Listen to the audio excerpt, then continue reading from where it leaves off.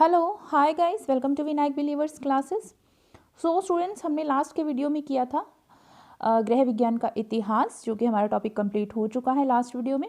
अभी आज हम करेंगे गृह विज्ञान का अलग अलग क्षेत्रों में योगदान, ठीक है, और उसका जो क्षेत्र है गृह विज्ञान के क्षेत्र और आगे उनका अंतर संबंध अलग अलग सब्जेक्ट्स के साथ। सो ध्यान से पढ़िएगा, आपके सिलेबस में है, सो इसकी जानकारी आपको होना ज़रूरी है। सो अगर आपको मेरा वीडियो अच्छा लगे तो लाइक शेयर सब्सक्राइब करना नहीं भूलिएगा। So let's start the topic. Okay, गृह विज्ञान का अलग अलग क्षेत्रों में योगदान देखते हैं हम क्या क्या है। योगदान की बात करें तो पोषण के क्षेत्र में योगदान, ठीक है। पोषण क्या है? पोषण के क्षेत्र में योगदान मीन्स कि जो गृह विज्ञान की जो छात्राएं होती हैं या जिन्होंने गृह विज्ञान की स्टडी की होती है, इस क्षेत्र में इसका क्या योगदान है कि आपके किस उम्र के व्यक्ति को कितनी मात्रा में पोषक तत्व चाहिए, है ना, किसको ज़्यादा मात्रा में चाहिए, घर के सदस्यों में रोग, किसको क्या रोग है, उसमें कौन सा आहार दिया जाना चाहिए। मीन्स कि फूड से रिलेटेड सारी जानकारी इसके अंदर होती है कि कौन से पोषक तत्व हैं जो नष्ट हो जाते हैं, कौन से किस तरीके से भोजन पकाने पर पोषक तत्व नष्ट नहीं होते हैं, कम समय में, कम धन में, कम शक्ति में अधिक पौष्टिक तत्व कैसे बनाए जा सकते हैं, अधिक पौष्टिक भोजन कैसे बनाया जा सकता है, स्वादिष्ट कैसे बनाया जा सकता है। सो ये सब चीज़ों की जानकारी जो है इसके अंदर हो जाती है, ठीक है।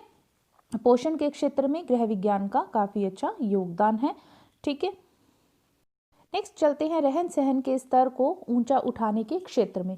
रहन सहन के स्तर को ऊंचा उठाने के क्षेत्र में कैसे, जैसे गृह विज्ञानी होते हैं वो क्या करते हैं, वे परिवार के जो भी सदस्य होते हैं उनका रहन सहन का स्तर ऊंचा उठाने में उनको काफ़ी समझ होती है, क्योंकि वो पढ़ चुके होते हैं उनको, और सीमित बजट के अंदर वो घर में जो सदस्य रहते हैं उनकी आवश्यकताओं की पूर्ति करते हैं, भली भांति उनकी आवश्यकताओं को समझते हैं। सीमित बजट में भी वो क्या करते हैं, उनकी आवश्यकताओं की पूर्ति करते हैं, उनको मानसिक संतुष्टि प्राप्त होती है, और उस जो गृहिणी होती है, जो गृह विज्ञान की स्टडी कर चुकी है और जो इस तरह की चीज़ें जानती है, तो उसको भी मानसिक संतुष्टि होती है।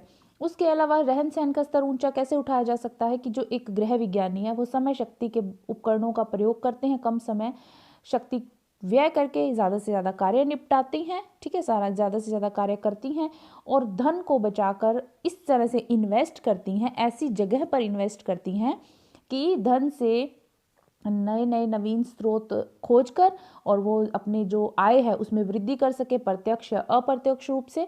तो वो क्या है, इसमें जो इससे क्या होता है कि तो घर में आय की वृद्धि होती है, दूसरा रहन सहन का स्तर भी ऊंचा उठता है। अगर धन को मितव्ययता से खर्च किया जाए, बजट बनाकर खर्च किया जाए, सेविंग की जाए, सो ये रहन सहन का स्तर ऊंचा उठाने के क्षेत्र में योगदान है, ठीक है। डायरेक्टली एंड इनडायरेक्टली रूप से इससे क्या होता है कि हमारा समाज और राष्ट्र के उत्थान में भी महत्वपूर्ण योगदान होता है इन सब चीज़ों का। बेसिकली ये क्या है कि राष्ट्र और समाज के उत्थान में जो गृह विज्ञान है उसका योगदान क्या है।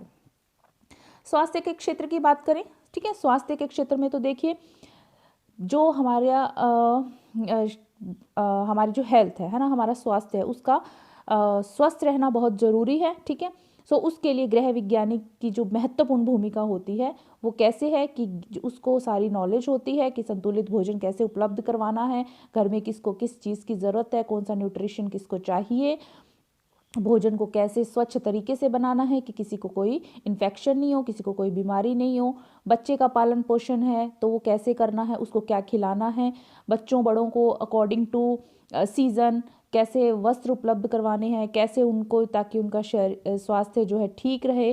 क्योंकि वस्त्रों से मतलब ये है कि ऐसा नहीं सर्दी में कॉटन पहनकर घुमा रहे हैं बच्चों को, तो वो क्या होगा उसके स्वास्थ्य पर, उसे ठंड लग सकती है, निमोनिया जैसी बीमारी हो सकती है, उसके शरीर पर काफ़ी इफेक्ट पड़ सकता है, बीमारी हो सकती है। शिशु को स्तनपान करवाने और ऊपरी आहार खिलाना, टीकाकरण करवाना।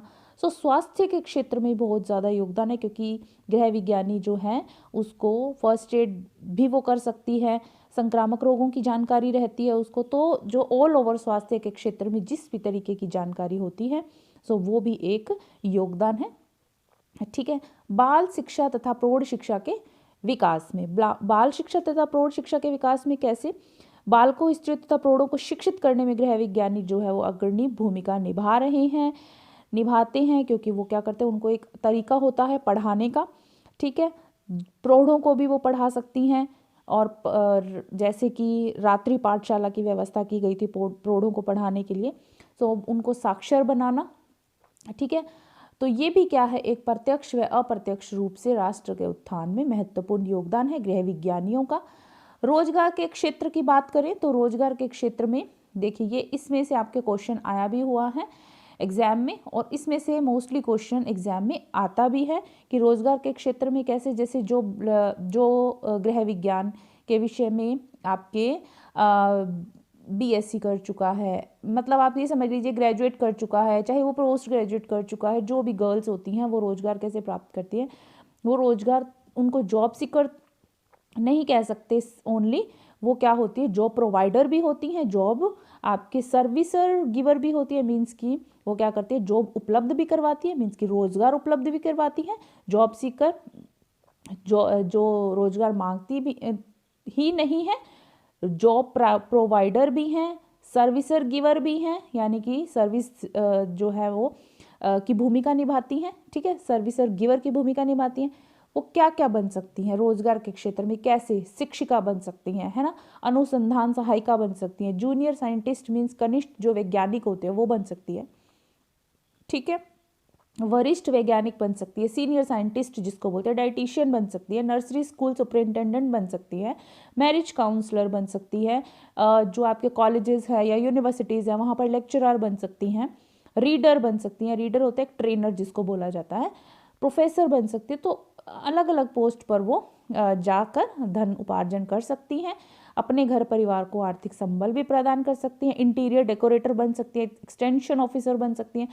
सो ये ऑल ओवर आपको मैं बता रही हूँ कि रोजगार के क्षेत्र में बहुत बड़ा योगदान है गृह विज्ञान विषय का, कि जिसने भी इसकी स्टडी की है तो वो ये सब चीज़ जगह पर इस सब पोस्ट पर जा सकती हैं, इस सब पोस्ट से वो जो रोजगार प्राप्त कर सकती हैं। परिधान डिज़ाइनर, ड्रेस डिज़ाइनर बन सकती है ना, राइटर बन सकती है, रिपोर्टर बन सकती हैं, तो चाइल्ड डेवलपमेंट प्रोजेक्ट ऑफिसर बन सकती हैं। सो बहुत सारे ऐसे रोजगार हैं जो इस फील्ड में आते हैं, ठीक है। नेक्स्ट देखते हैं हम आपके स्त्री शिक्षा के क्षेत्र में, ठीक है। स्त्री शिक्षा के क्षेत्र की अगर बात करें, स्त्री शिक्षा के क्षेत्र की अगर बात करते हैं हम, तो इसके अंदर देखिए स्त्रियों की शिक्षा जो है वो बहुत ज़रूरी है, क्योंकि एक घर को संभालने में पूरी तरह से हाथ किसका होता है, एक गृहिणी का होता है, एक महिला का होता है, एक स्त्री का होता है, उसकी शिक्षा बहुत ज़रूरी है। स्त्री शिक्षा के क्षेत्र में मतलब कि इस सब्जेक्ट के अंदर, गृह विज्ञान के अंदर हर तरीके के ज्ञान, हर तरीके का, हर क्षेत्र का ज्ञान दिया जाता है, जिससे एक स्त्री का सर्वांगीण विकास होता है, घर परिवार अच्छे से चला सकती है, बाहर भी वो अच्छे से काम कर सकती है, ठीक है। तो ये स्त्री शिक्षा के क्षेत्र में अच्छा योगदान दिया गया है, जिससे महिलाएं शिक्षित हुई हैं। जनसंख्या नियंत्रण के क्षेत्र में जनसंख्या नियंत्रण बहुत ज़रूरी एक बहुत खास मुद्दा है ना, बहुत खास टॉपिक है जनसंख्या नियंत्रण, जो कि करना बहुत ज़रूरी है, क्योंकि अगर जनसंख्या बढ़ती है, ज़्यादा जनसंख्या होती है, क्योंकि हम जानते हैं कि जनसंख्या की दृष्टि में हमारा जो इंडिया है वो वर्ल्ड में सेकंड नंबर पर आ जाता है, ठीक है, जनसंख्या वृद्धि में।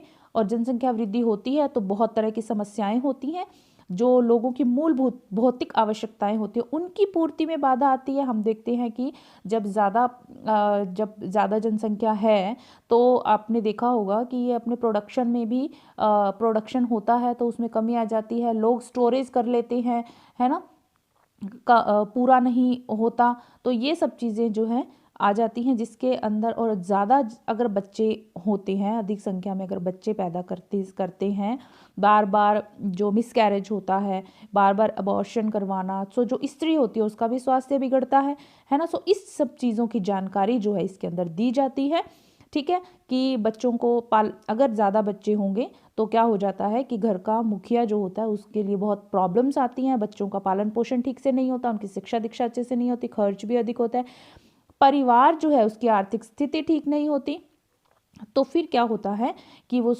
लाइफ लॉन्ग जो है बच्चों को और परिवार को एक गरीबी में गुजारना पड़ता है। फिर बच्चे जो होते हैं उनको कम उम्र में काम करना पड़ता है, वो पढ़ाई से वंचित रह जाते हैं। सो इस तरह देश के विकास में कहीं ना कहीं जो है वो रुकावट आती है, बाधा आती है।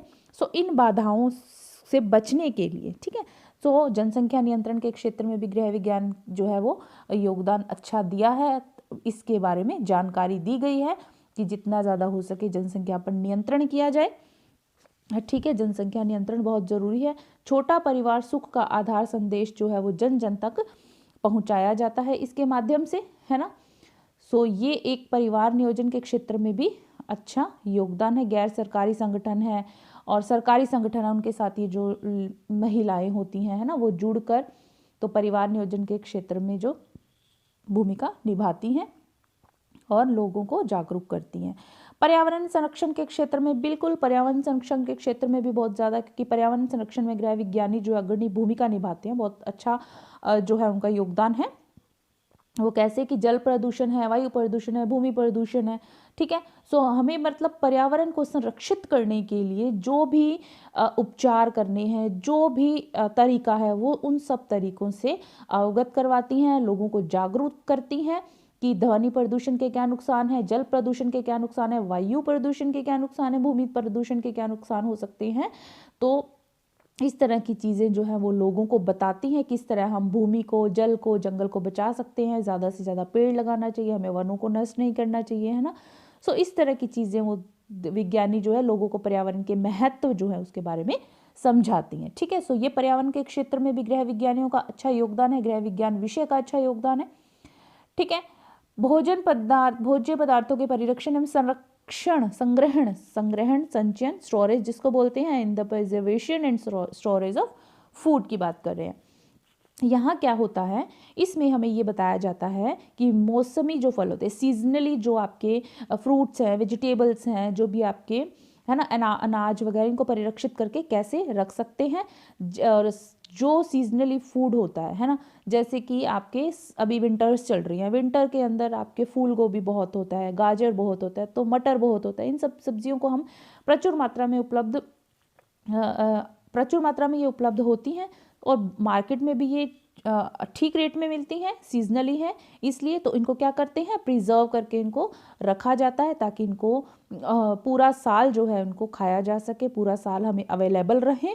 तो बिना मौसम में जब ये सब्जियां महंगी होती हैं तो हमें खरीदनी नहीं पड़ती। सो गृह विज्ञानी जो है इस तरह की चीज़ों की जानकारी उनको होती है। सो ये जो है अच्छा योगदान दिया है पारिवारिक जीवन सुखद बनाने में।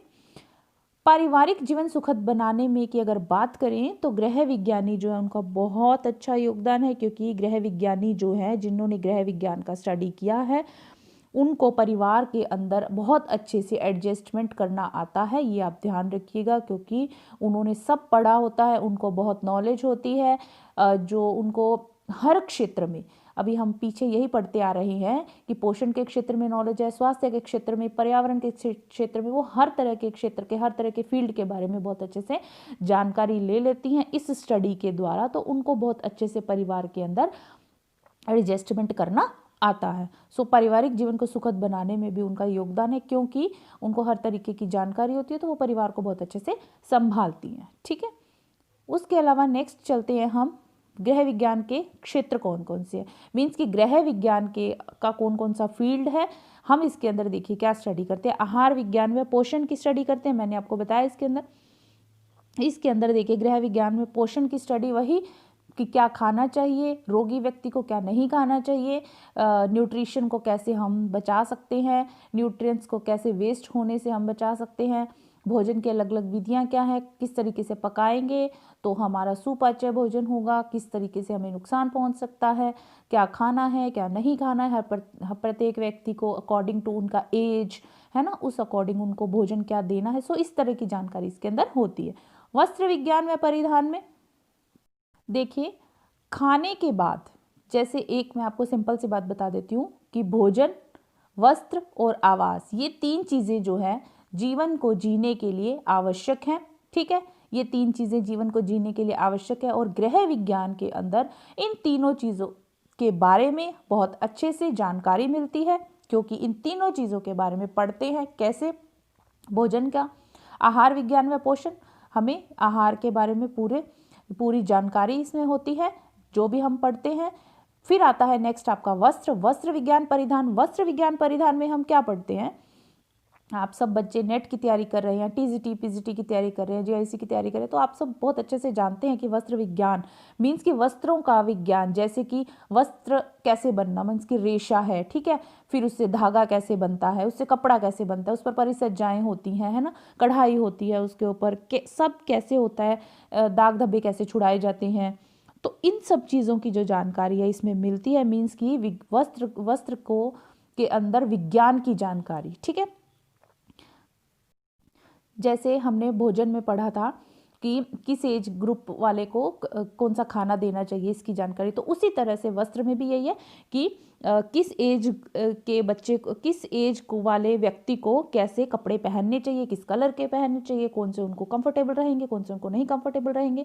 जैसे छोटे बच्चों के कंफर्ट का पूरा ध्यान रखा जाता है, मौसम के अनुसार कपड़ों को चूज़ किया जाता है, कौन से सॉप यूज़ किए जाते हैं, कौन से जो डिटर्जेंट यूज़ किए जाते हैं जिससे वो जो आपके वस्त्र है जल्दी ख़राब नहीं होते, है ना। तो इन सब चीज़ों की जानकारी होना आवश्यक है।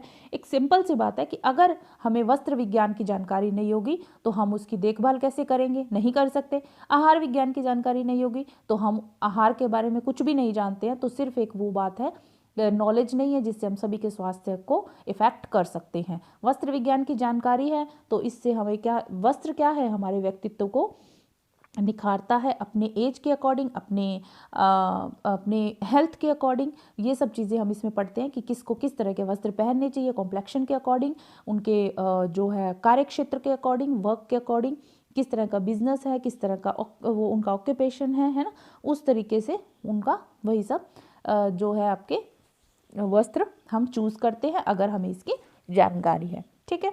सो ये इसके अंदर आ जाता है।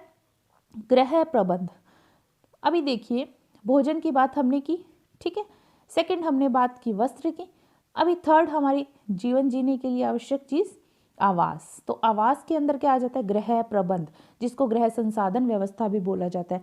जिस व्यक्ति को गृह प्रबंध करना आता है, गृह संसाधन व्यवस्था आती है, वो व्यक्ति बहुत अच्छा एक निर्णायक बनता है, निर्णय बहुत अच्छे करता है, उसके निर्णय पर सबको भरोसा होता है और एक वो बहुत अच्छी प्रतिष्ठित जो है अपनी ज़िंदगी अच्छे से सरवाइव करता है। कैसे, क्योंकि अगर निर्णय गलत होते हैं, अगर गृह प्रबंध अच्छे से नहीं आता, तो जैसे गृह प्रबंध के अंदर सबसे बड़ा क्या चीज़ है, धन का व्यवस्थापन करना, बजट बनाना, ठीक है, कम धन के अंदर कैसे सभी की आवश्यकताओं की पूर्ति करना, सेविंग भी करना, तो जिससे आय में आपके वृद्धि भी हो और आपका जो आपके जो समाज के अंदर एक अलग दर्जा मिले, समाज में प्रतिष्ठा बढ़ती है। सो ये सब चीज़ें होती हैं, एक सोशल स्टेटस डेवलप होता है इस तरीके से। तो गृह प्रबंध करना आना चाहिए, इन सब चीज़ों की जानकारी हम इसके अंदर लेते हैं। घरेलू जो गृहिणी की बात कर लीजिए, अगर गृह विज्ञानी है, गृह प्रबंध विषय पढ़ती है ना, तो आसानी से उसको पता है कि किस तरह घरेलू कार्यों को इजीली निपटाया जा सकता है। हमने कार्य सरलीकरण में पढ़ा, कम से कम आय के अंदर गृह को किस तरह से संचालन करना है, ठीक है, ये उनको आता है। समय शक्ति बचत के उपकरणों का यूज़ करके कैसे काम को करना है, ठीक है, जिससे परिवार के सदस्यों को कहीं भी कोई दिक्कत ना है, सभी अपना काम आराम से करें, सुख सुविधा से करें, ठीक है। सबकी आवश्यकताओं का ध्यान रखना, उस जो भी घर के अंदर संसाधन उपलब्ध हैं उनको ध्यान में रखते हुए कार्य करना, ये सब चीज़ें। नेक्स्ट आता है बाल विकास एवं पारिवारिक संबंध। बाल विकास एवं पारिवारिक संबंध में हम देखिए इसके अंदर पढ़ते हैं, ये गृह विज्ञान में जो कहीं कॉलेजों में बाल विकास की भी पढ़ाई कराई जाती है, मानव विकास व पारिवारिक संबंध जो है उसकी पढ़ाई करवाई जाती है कुछ कॉलेजेस में, ठीक है। तो इसमें क्या आता है, आपके शारीरिक, मानसिक, बौद्धिक, संवेगात्मक विकास, गामक विकास, सृजनात्मक, खेल, अनुशासन, चरित्र, इन सब का अध्ययन करवाया जाता है कि इन सब का विकास एक बच्चे में कैसे होता है। यानी कि इसके अंदर क्या पढ़ते हैं हम, गर्भावस्था से लेकर आपके प्रसव काल के दौरान से लेकर गर्भावस्था से लेकर इसके अंदर जो भी आपके लास्ट तक, ठीक है, लास्ट तक पूरी तरह से अध्ययन किया जाता है कि कैसे विकास होता है, कैसे ग्रोथ होती है, ठीक है, कैसे गर्भावस्था में जो है कष्ट होते हैं उसका निवारण कैसे किया जाता है, शिशु को कब क्या चाहिए, उसमें गलत आदतें विकसित ना हो उसका ध्यान रखना, उसका विकास सही ढंग से हो रहा है या नहीं हो रहा, ये सब चीज़ें जो है इसके अंदर महत्वपूर्ण होती है, जिसकी स्टडी करते हैं हम। गृह विज्ञान प्रसार शिक्षा मीन्स कि प्रसार शिक्षा समझते हैं कि गृह विज्ञान से संबंधित जो भी हमने फील्ड के अंदर पढ़ा, ठीक है, वो उस सब का प्रसार करना। मीन्स कि जो भी आपको जानकारी, चाहे वो आहार से संबंधित है, चाहे वो आपके वस्त्रों से संबंधित है, चाहे वो बीमारी से संबंधित है, स्वास्थ्य से संबंधित है, पर्यावरण से संबंधित है, गृह प्रबंध से संबंधित है, बाल विकास से संबंधित है, जो भी है, तो उसकी जानकारी देकर लोगों को जागरूक करना। मीन्स कि उनको अपनी शिक्षा का प्रचार प्रसार करना, ताकि सामने वाले को भी जागरूक करें, उनको शिक्षित करें, उनको भी हर चीज़ के महत्व के बारे में बताया जाए, ठीक है। सो लास्ट के अंदर गृह विज्ञान प्रसार शिक्षा आ जाता है। नेक्स्ट हम पढ़ेंगे आपके जो अंतर संबंध, गृह विज्ञान का जो है दूसरे सब विषयों के साथ जो अंतर संबंध है उसकी बात करते हैं। चलिए, ये हम पढ़ेंगे। आपको एक मैंने जो ये डायग्राम बनाया हुआ है, ठीक है, इसके थ्रू मैं आपको बताना चाहूँगी। देखिए, गृह विज्ञान विषयों का अन्य विषयों के साथ अंतर संबंध। अब ये देखिए, आप ये समझ रहे हैं, सर्कल्स बने हुए मीन्स कि सब के साथ इसका रिलेशन है, इनका कोरिलेशन है, ठीक है, सबके साथ। कैसे? देखिए, गृह विज्ञान क्या है? एक कला में विज्ञान है, जिसमें कला के विषयों के साथ साथ ही विज्ञान की भी स्टडी होती है। देख रहे हैं आप, जीव विज्ञान है ना, इसके अंदर मनोविज्ञान है, रसायन विज्ञान, तो ये सब चीज़ों की भी आप पढ़ाई करते हैं इसके अंदर। यह विषय क्या है? मानव जीवन के घर परिवार के हर पहलू से संबंधित है। हर तरीके की, सामान्य घर हो, आदर्श घर हो, स्वप्न ड्रीम होम हो, कुछ भी हो, ठीक है। इसमें बेसिकली क्या है, आप सिंपल लैंग्वेज में क्या कह सकते हैं कि गृह विज्ञान एक कला है जो परिवार को वैज्ञानिक ढंग से योजनाबद्ध तरीके से संचालित करने के लिए आवश्यक है।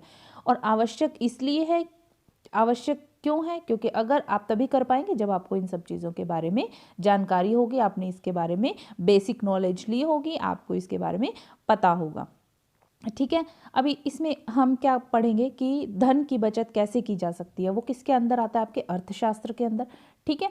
धन की बचत कैसे की जा सकती है अर्थशास्त्र के अंदर हम पढ़ते हैं ना, ये सब चीज़ें इकोनॉमिक जिसको बोलते हैं, ठीक है। तो हम पढ़ते हैं बचत कैसे की जाती है, बजट कैसे बनाना, ये सब चीज़ हम पढ़ते हैं ना इसके अंदर, तो ये इसके साथ संबंधित है, ठीक है।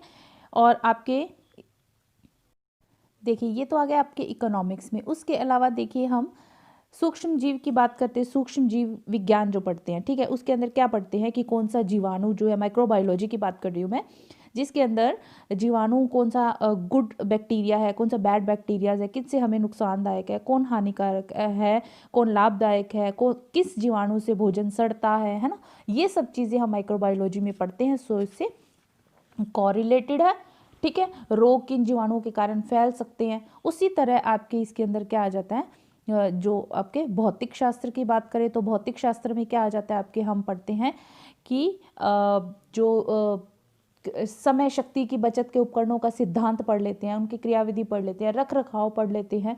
सो वो आपके फिजिक्स की बात हो रही है, उसके अंदर आ जाता है, ठीक है। डेयरी टेक्नोलॉजी हमने देखा है, डेयरी टेक्नोलॉजी हमने पढ़ा है, उसके अंदर सब जो फूड से रिलेटेड जो है, दूध से रिलेटेड प्रिजर्वेशन करना और ये सब चीज़ें है ना, कि कैसे बचा कर रखा जा सकता है, ठीक है।